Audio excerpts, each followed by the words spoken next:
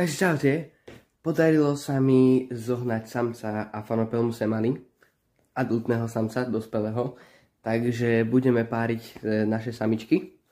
Dúfam, že obidve, jedna je teraz akurát sa zvliekla, tak ste videli video, a druhá sa ešte bude zvliekať, ale neviem kedy.